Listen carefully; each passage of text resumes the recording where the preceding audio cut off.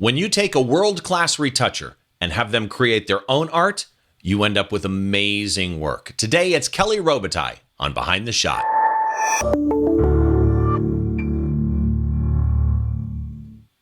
Hi, welcome to Behind the Shot, the show where we try and get inside the mind of great photographers by taking a closer look behind one of their shots from conception to completion and all the stories and challenges that happen in between. I'm Steve Brazill, and today I've got a great guest for you.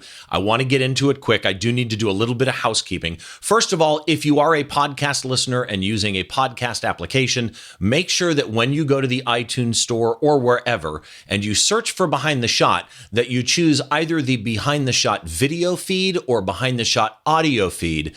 If it just says Behind the Shot, it's the old network show that hasn't been updated for a year, but it's still in iTunes. And so I want to make sure that you subscribe to one that's actually getting updates at this point. At the same time, if you're going to leave either a rating, numerical star rating, or review, please make sure you also leave it on the right feed. You can follow us all over the place online. Throughout the show, I'll be popping up my lower third so that you can find me on the web. You can find me on Facebook. You can find me on Instagram. You can find me on Twitter. All of those lower thirds will be popping up. It'll make it a little easier for you. But let me just give you the domain really quick for the podcast. That way, as you're listening to this show, especially if you're listening to the audio feed, you can run by the website, check out the photo. It makes it a little easier to listen in your car. The website for the podcast is behindtheshot.tv. And of course, my domain is stevebrazill.com. It's like the country Brazil, but with an extra L. So let's get into today's guest. Now, before I bring her on, let me just do a little intro here. I had a recent episode with somebody I consider to be one of the most talented people on the planet that I know, Renee Robin. She's a friend, and she is an amazing photographer and an amazing compositor and an amazing digital artist. And Renee has recommended guests to me before. She recommended, if you watch the episode with Anya Anti, Anya was a recommendation. We were in Vegas at WPPI at a bar, and she pulled Anya over and said, "You need to be on his show." Well, she recommended today's guest to me, and I've learned at this point that if Renee Robin recommends somebody to me, your best bet is just get them on the show. So I immediately reached out, and Kelly Robitaille on the show. How are you, Kelly? I'm good. How are you? I'm really good that I've got you on, because when Renee recommended you to me, like I always do, I get recommendations all the time. And unfortunately, I only do 2 shows a month, or sometimes 3, depending on the number of weeks, every 2 weeks. So I get a lot of recommendations. Sometimes I can't get to. So I always go look at people's websites. And as soon as I went and looked at your website, it was jaw on the floor silence. Because what you do is literally nothing short of amazing. So let's talk about you a little bit, and we'll get into the photo that we're going to discuss today. First of all, you are Canadian-based, and your bio on your website calls you a commercial retoucher and photographer. But there's kind of more to it than that. When people ask you, kind of what's your world of photography and art, how do you describe it? Okay, so I honestly just call myself an artist. I've been arting forever. So for me, it's art. It's just that photography is my medium. So the retouching and everything sort of stems from people seeing my artwork. So that's kind of where I base it all at, is my artwork's my starting point, and then everything else that I've built has sort of come from there. So there's an interesting kind of intersection here.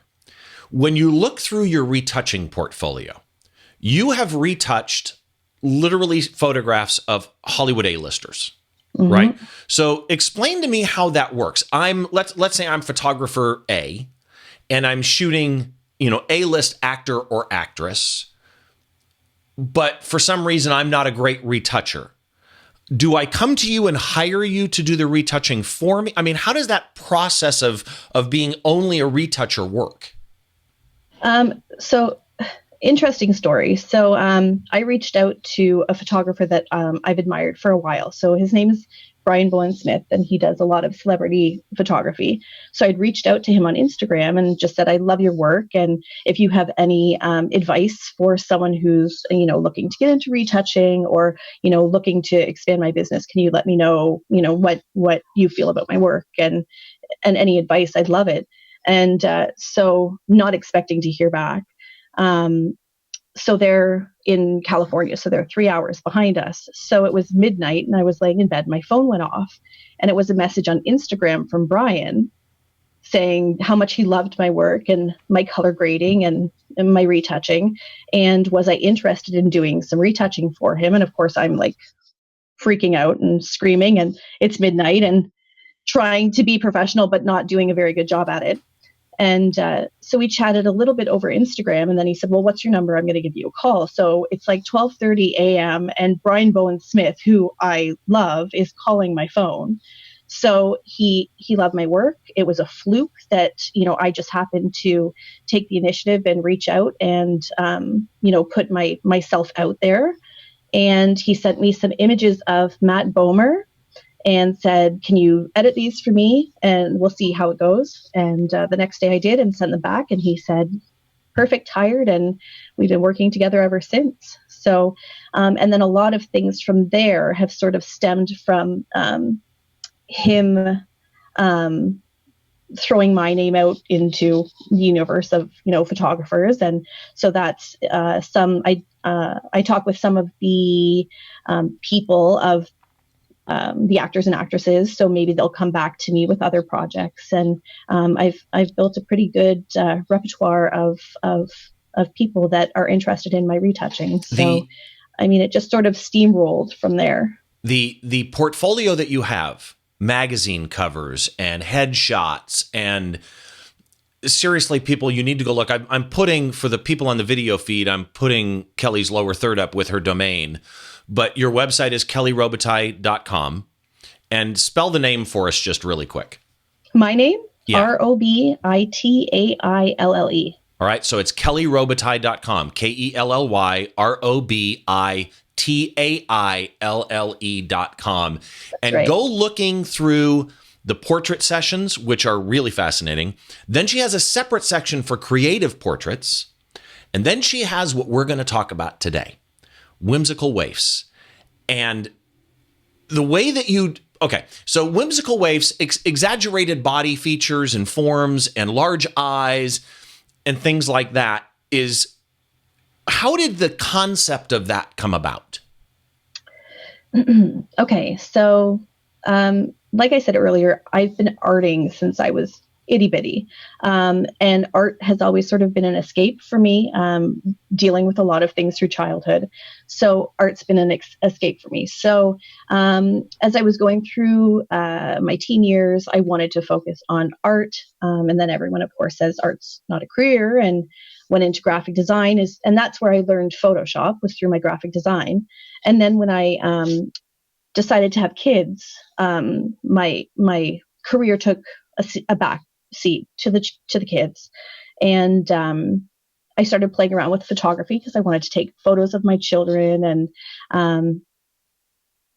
so it's just one of those things where I hadn't had the ability to be creative because I'd been working for other people. I had kids. And then one day I sort of sat down at my computer and I had this photo that I had taken of a friend, and I started to play around with my personal aesthetic, which is cartoony and I guess sort of anime, but I'm not really into anime, but my aesthetic is sort of anime and my aesthetic is sort of dark. And I've started playing with all these little bits and pieces, and thankfully have the knowledge in Photoshop to pull it off. And it was just like a light bulb moment. So it's art that I've been creating my whole life, but I'm just doing a better job at it because I have the tools and techniques to do it. So and your skill set, as it were, the picture that we're going to talk about today, which I haven't brought up yet, I will shortly, but the picture we're going to talk about today is a perfect example of the skill set on steroids, right? Because a lot of people do retouching and could never, ever do this. And a lot of people do, not whimsical waifs, but a lot of people do, the almost cartoony type effects. But again, they look cartoony. Yeah. And your skill set has brought you to a point where you do these looks and they're real. I mean, they look real. Like this person could be in the room with you, and yet, of course, clearly they're not real. This skill set has led you into being involved with Pro EDU, You've got a class on surreal retouching that people, and I'm putting the lower third up, but just go to Pro EDU and search for Kelly, and you'll find her class on that. And 100 custom Photoshop textures are at Pro EDU. And all of this has also led you to being one of the people that were featured in the gallery at Kelby One. So let's get into this shot a little bit. As I bring the shot up, let me say the name of the shot, which is Fork You, which I dig. For those on the video feed, I'm going to try and describe it. And every episode I say the same sentence. It gets harder and harder every episode to describe some of the photographs that we pull up. So let me try and do this. This is a woman in a portrait session, but she's dressed Elizabethan in that she has almost an Elizabethan style collar. She has a crown on, and she has the makeup and hairdo of somebody from an Elizabethan age. However, a big however, the crown is made of forks. She's using a fork to pull her eyes open, one for each eye. Her body form is Barbie-esque in that it's the thin waist, but larger upper torso. And yet, again, I've got to really stress this, which I want to get into a little bit today, but she's real. It's so freaking real. So let's talk about the shot itself. Let's get the technical stuff out first, because this was an actual portrait session. I'll show the behind the scenes coming up. But the exposure and the EXIF data for the standard portrait that you then took into Photoshop and manipulated was a portrait taken at 2/50th of a second, f3.5, ISO 400, and it was shot on a 50 millimeter 1.8 at 50 millimeter, but it's a Nikon D5300, which is a crop body. So effectively, this is a 75 millimeter shot. I have so many questions on this. Let me start here. When you are doing the Whimsy Wave series, right? Do you sit down with each Whimsy Wave shot, and do you have a pre-visualization of what you're going to do? Because I don't know how this is in somebody's head. Yeah, so generally, I mean, you realize you made a woman with forks around her head. Yeah, well, I'm special. I have a lot going through my head. I feel like it's really important as artists to have a story. And that's part of the process for me. Not everything I've done. I mean, there's been times when I have a few hours and I have a model who has a few hours, and, we go shoot and something comes of it. But generally speaking, there's a concept that arises beforehand, and sketching. I sketched this one out almost identically to what you see on the screen with the final product.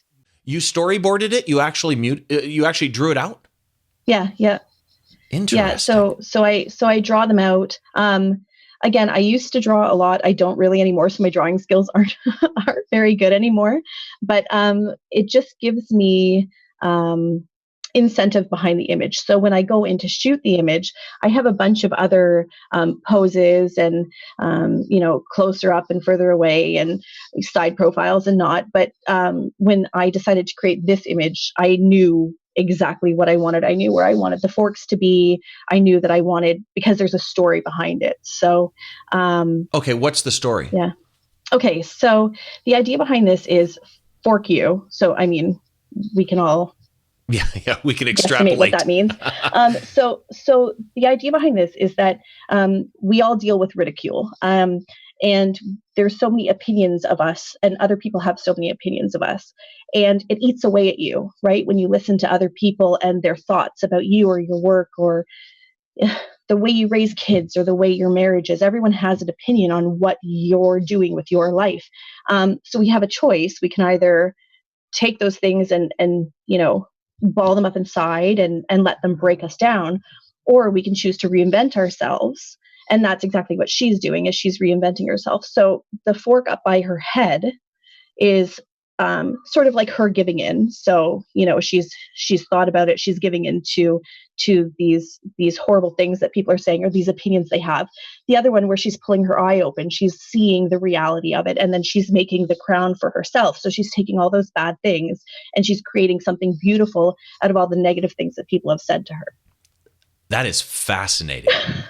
And again, I've got to stress this for the people on the audio feed. Go look at the picture, because you managed to make, Kelly, unusual imagery that feels normal, right? Yeah. So she clearly is a creation based on a photograph, but you've manipulated it into this otherworldliness. And yet the realness in this photo is really difficult to describe. Her eyes have a glassiness and a 3D effect, and this brilliance, as though this creature is looking at me. How, my God, the questions are just going crazy here. So how do you take what is an actual picture, though, and maintain the realism as you distort it? I think it has just to do, I do a lot of painting in Photoshop. So initially I go in and I enlarge eyes, and her hair, I've sort of expanded the hair, and I made the forks longer, and I make her fingers really tiny. And the reason that I make like her torso really small, or her arms really small, and the reason that they're called whimsy waifs is because a waif is small and frail. And these girls that I create, they're frail. They're telling a story. The stories often aren't the nicest in my mind, right? They're starting off sort of negative. They're dealing with things, and in my mind, as my story progresses, they sort of overcome these trials that they're dealing with. So, but I want them to be frail. So I make the eyes really big, because eyes tell so much of a story. Right. So the eyes are big and the bodies are small, and they're meant to look meek and frail. And I have one shot to draw the viewer in. So if I just have a normal woman sitting, and I edit the photo, I mean, I think it would still have impact, but I just think to give you that initial jolt and to make you stop and look at it, I manipulate these things to be extreme because I want that impact initially. So it's interesting, because the old saying is, obviously, with every portrait, it's all about the eyes, yeah, right? Yeah, I agree. And in every type of photography, from landscape to portraiture to music photography, there's always this idea of, you want to make sure that you bring the viewer's attention, you lead the viewer's attention to the subject matter that you have. So it might be doing a vignette, it might be dodging and burning to get the attention where you want it. And you've used your understanding of light and your understanding of retouching and dodging and burning and focus, bringing the viewer's focus to the eyes, which are the point of any portrait. Let me show the behind the scenes on this thing really quick. So on one side, you see the original portrait, and on the other side, you see the final work. And the original, okay, so your final work is cropped in a portrait mode. You've got it cropped in. I'm going to get into composition later, but what I find interesting here is the way you've cropped it, where you're cutting off a shoulder, cutting off an elbow, tight to the head, tight to the waist. The photograph that you've sent me of the before, the actual photograph, you framed it that way in camera. I mean, you clearly had a viewpoint here. Yeah. You went in and you did so much to this shot, which we'll get into the post-processing in a minute, but I find these things interesting. I got to bring up. You chose to curve the fork pointing at her temple. You chose to modify the collar at points. There's areas that's very subtle. If you look real quick, it's almost like the collar's normal, but there's a couple points on the finished work where the bottom part of the collar on her chest or neck or shoulder bones sticks out a little farther, as though you manipulated or stretched or did what you needed to accentuate the collar.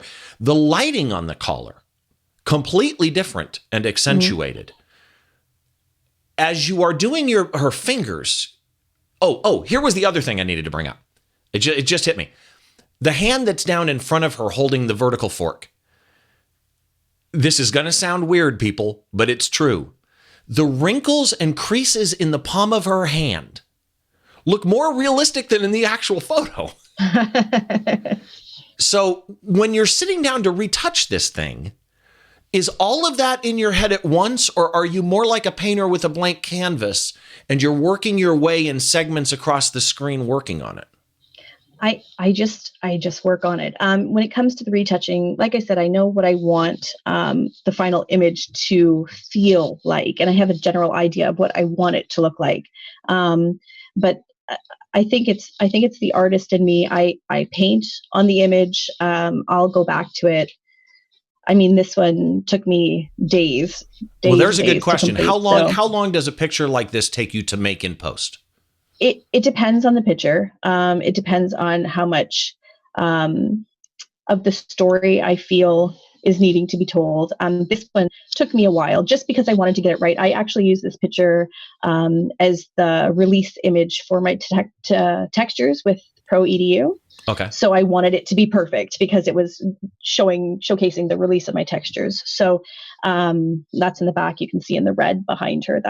That's all the textures. Well, and actually, that was one of my questions. Was clearly if I bring up the before shot again, it was a striped background before. You've changed the background.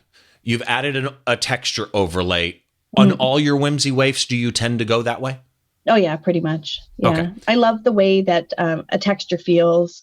I love putting grain on top of my images. I love just making it a little less perfect, right? I want it to look like a piece of art. I know it's not. I know it's a photograph, but I want it to look like I've sat and painted it. So that's really important for me. You've got a color overlay on this that completely Oh, yeah. changes the color from the original photograph. Yeah.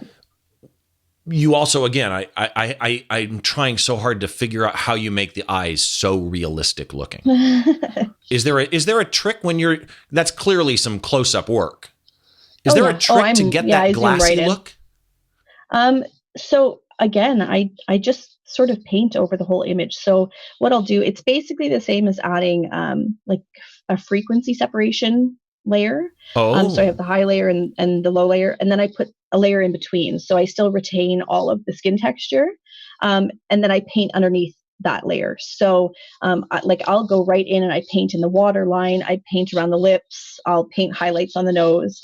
I paint in makeup. But you're doing all of that on its own layer in between the low frequency. For those of you that don't do frequency separation, the low frequency is where you separate the color segmentation of an image from the detail of an image. The detail goes on the high frequency, right? Do I got it right? High frequency is detail. Yep. And the low frequency is just the color. It gives you the ability, if you are touching somebody's skin and they're blotchy, to smooth out and correct the color without messing the pores, or vice versa, to smooth out a bride's wedding dress that might have lace in it, but you don't want to mess with the color.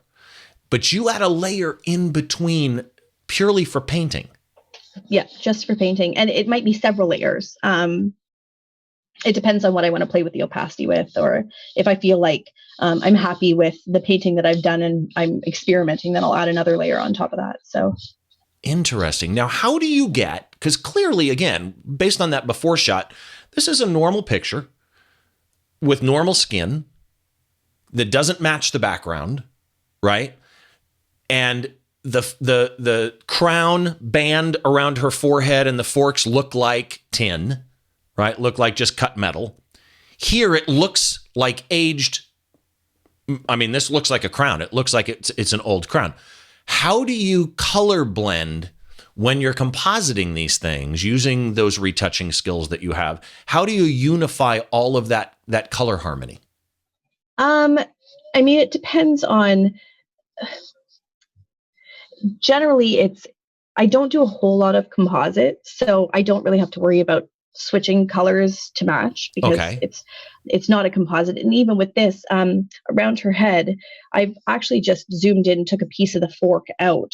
I don't even know which one it was, but I took like the base of the fork and I just expanded it and then just masked it in.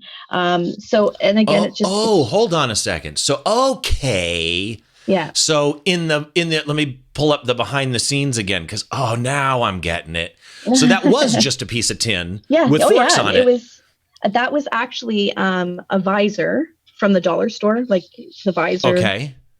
So I cut the visor part off and super glued the forks to but it. Then you took a piece of the fork and overlaid that onto it. Yep. So it really is, okay, so you're adding metal to something. Okay, gotcha. It makes so much more sense. And I mean, there's no color correcting really with that because it's the same image. But right. I mean, in terms of like tonality with the image, I prefer sort of a vintage look, and I prefer a painted look. So that just, I mean, you know, throwing a solid color over and changing the blending mode, or, you know, painting over top of it. I just selective color. I just sort of play with it until I get the feel that I want. So, I mean, there's really no rhyme or reason. I wish there was, but again, just from an artistic point of view, I take the tools that I have available to me within Photoshop, and I play with it until I hit somewhere where I'm happy. Or, you know, if I like the way the background looks, but it doesn't work well on her skin tone, I'll mask that out and do something else. So it's a lot of trial and error.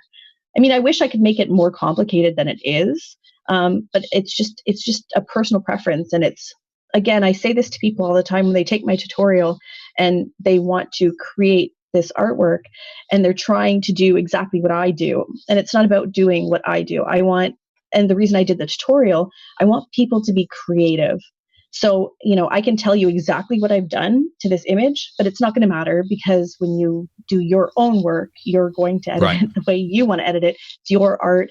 Make it your own, tell a story, you know, be original and do something artistic. So, you know, I mean, I have little things that I do to change my tones, and I paint, and I do a variety of things, but again, it's just personal preference. Like as an example, in this picture, clearly the skin tone has a color and a texture to it.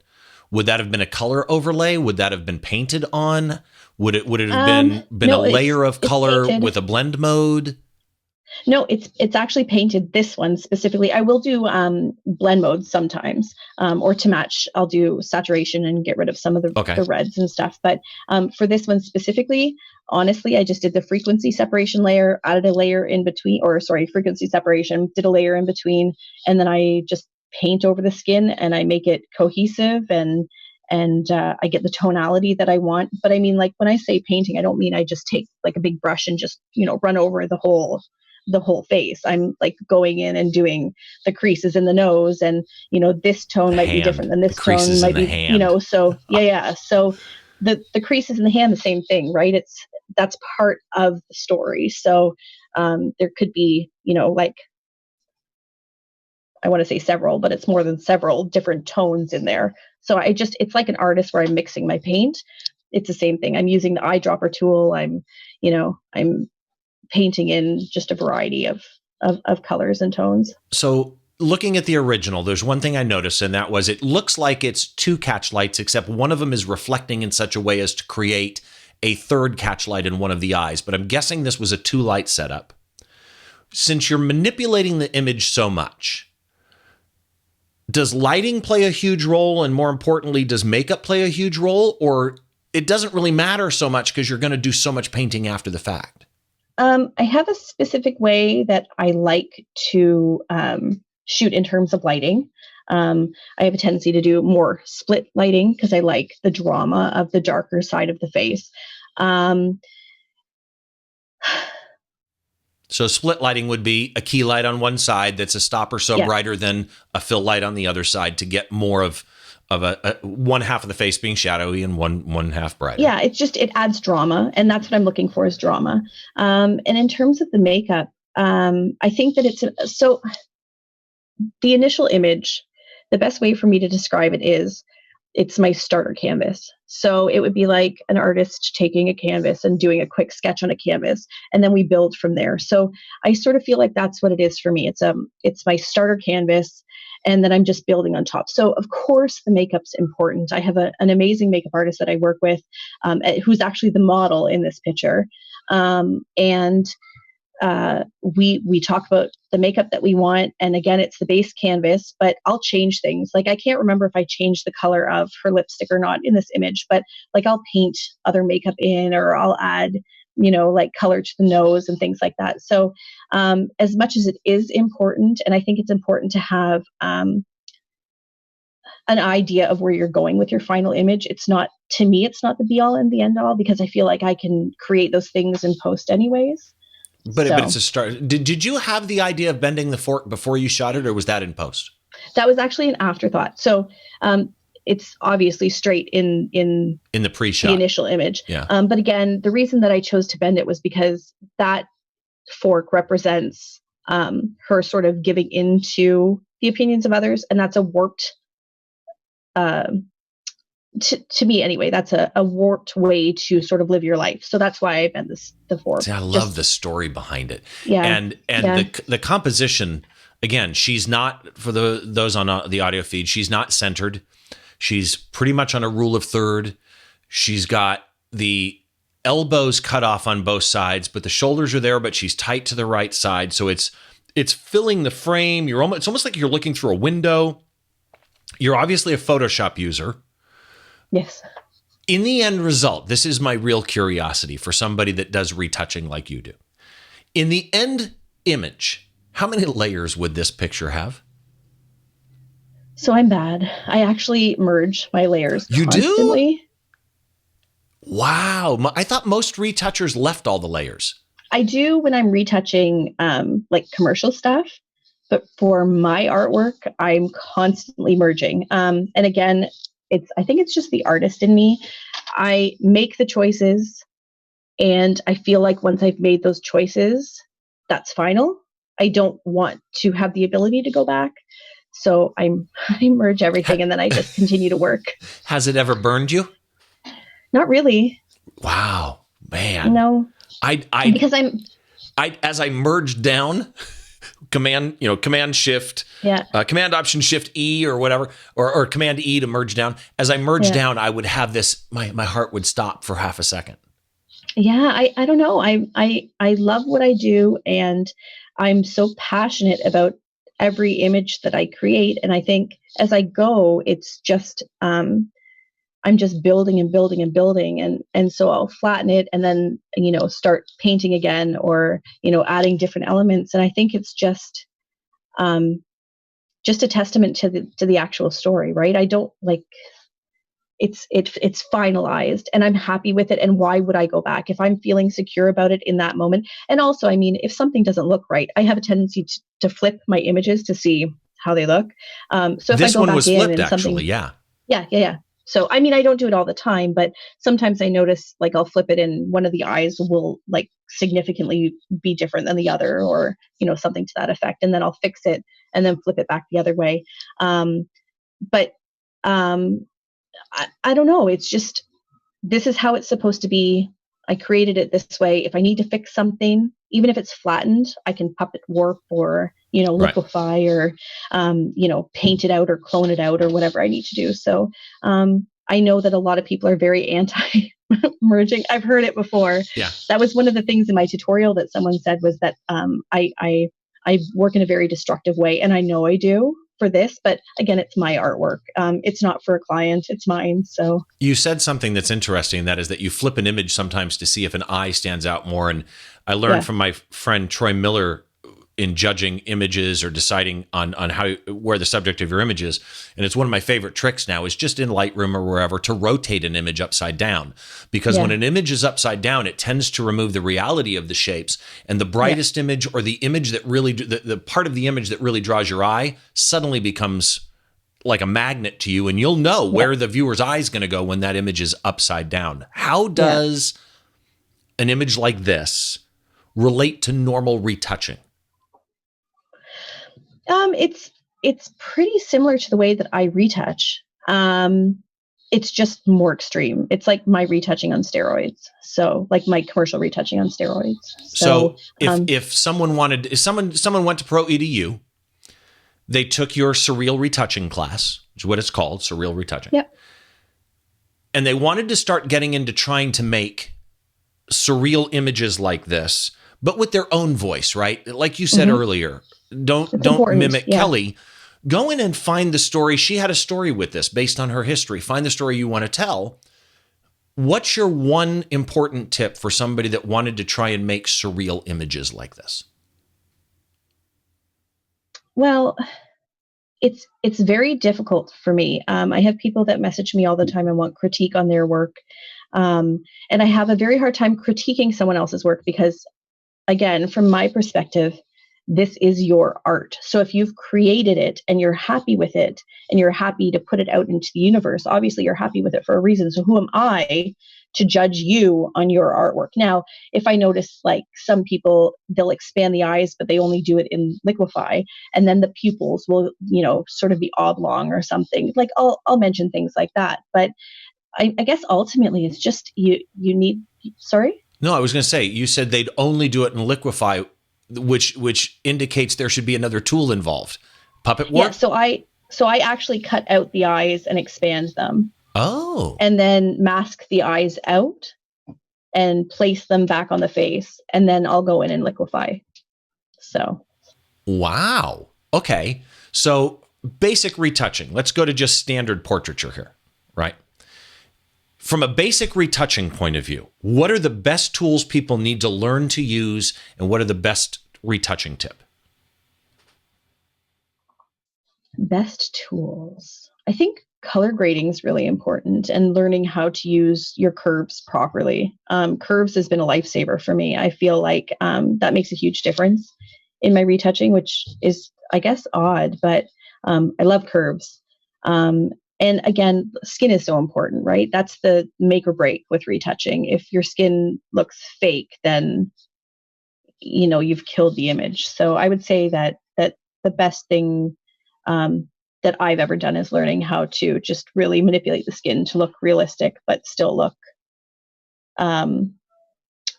touched up without, going extreme. But and then, like I said, this is. How do you dodge and burn? Do you dodge and burn using a dodge and burn tool, or do you do the, I do the gray, a layer of 50% gray put into, I'm trying to think of the overlay mode, the blend mode. Might be overlay, right? Is it overlay I can't remember. Or soft light, one of those two, and then you paint black or white on it. Yeah. Okay, that's what I do. Yeah. Well, and that's again, important too. Dodge and burn is massive. So, is that most of your retouching, dodging and burning? For my artwork or for just general retouching? Normal retouching work. Yeah, a lot of it is. I also paint, even just for my general retouching work. I'll go in and I'll paint. Like if someone has dark circles, I'll use the frequency stuff and add a layer and just, clean up some dark circles, or, if there's color variations in the skin or something, I do that too. So I know that again is not sort of the norm, but it works for me, and it's where I'm comfortable at. So yeah, dodging and burning, definitely. And then obviously a little bit of skin painting, and that's just a personal preference. Okay. So if people want to find more about you, they want to look at your Whimsy Waifs catalog, they want to look at your creative portraiture stuff, or the magazine covers where you've done retouching, what's your website again? It's kellyrobitaille.com. Okay. And then Facebook is, as I recall, Kelly Robitaille Photography. Yes, I was wrong. It's Kelly Robitaille Photography, not Kelly Robitaille. So, okay, but on Instagram. Instagram is Kelly Robitaille. Okay. Yeah. And where can people go to get your surreal retouching and 100 custom Photoshop textures? That is at the ProEDU website, which is, I think it's just proedu.com. And then you can just search my name or search up in tutorials, and it's there. And actually, I will have a direct link to the surreal retouching and the 100 custom Photoshop textures. I'll have direct links to each of those in the blog post associated with this episode at behindtheshot.tv. And I will have all of Kelly's links there, some information on her, a small gallery of her work. And trust me, go follow this woman on social media because she is such an amazing talent. Thank you. And if Renee Robin watches this, Renee, dude, I owe you one for getting Kelly on the show with me. Kelly, thank you so much. I owe her one. This has been awesome. Thank you for having me. Oh, it's my pleasure. I truly, honestly, it's funny. I will probably never try to do this. Yet in my head, I so wish that I could. Do it. What do you have to lose? What do I have to lose is a very good point. Thank you so much for coming on. I really do appreciate it. Thank you. So again, Kelly Robitaille, all the links are on the website, behindtheshot.tv, to anything that she does. Go find her on social media, Facebook, Instagram, the ProEDU site for the class and for the textures.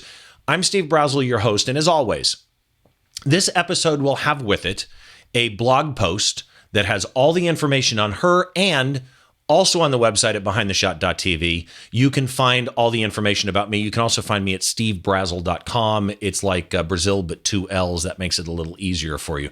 If you want to find me on Facebook, it's Steve Brazill Photography or Behind the Shot Podcast. So go hit me up there as well. If you want to hit me up on Instagram or Twitter, it's Steve Brazill for my personal one, Behind the Shot TV for the podcast one.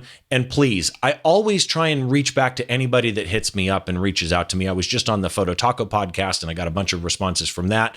I'm on Don Komarechka's podcast a lot. If you haven't watched Photo Geek Weekly, you should do that. You know what? I should do an episode just saying all the other podcasts that I like. But that does it for this episode. As always, Behind the Shot, where we try and get inside the mind of great photographers by taking a closer look behind one of their shots. We'll see you on the next show.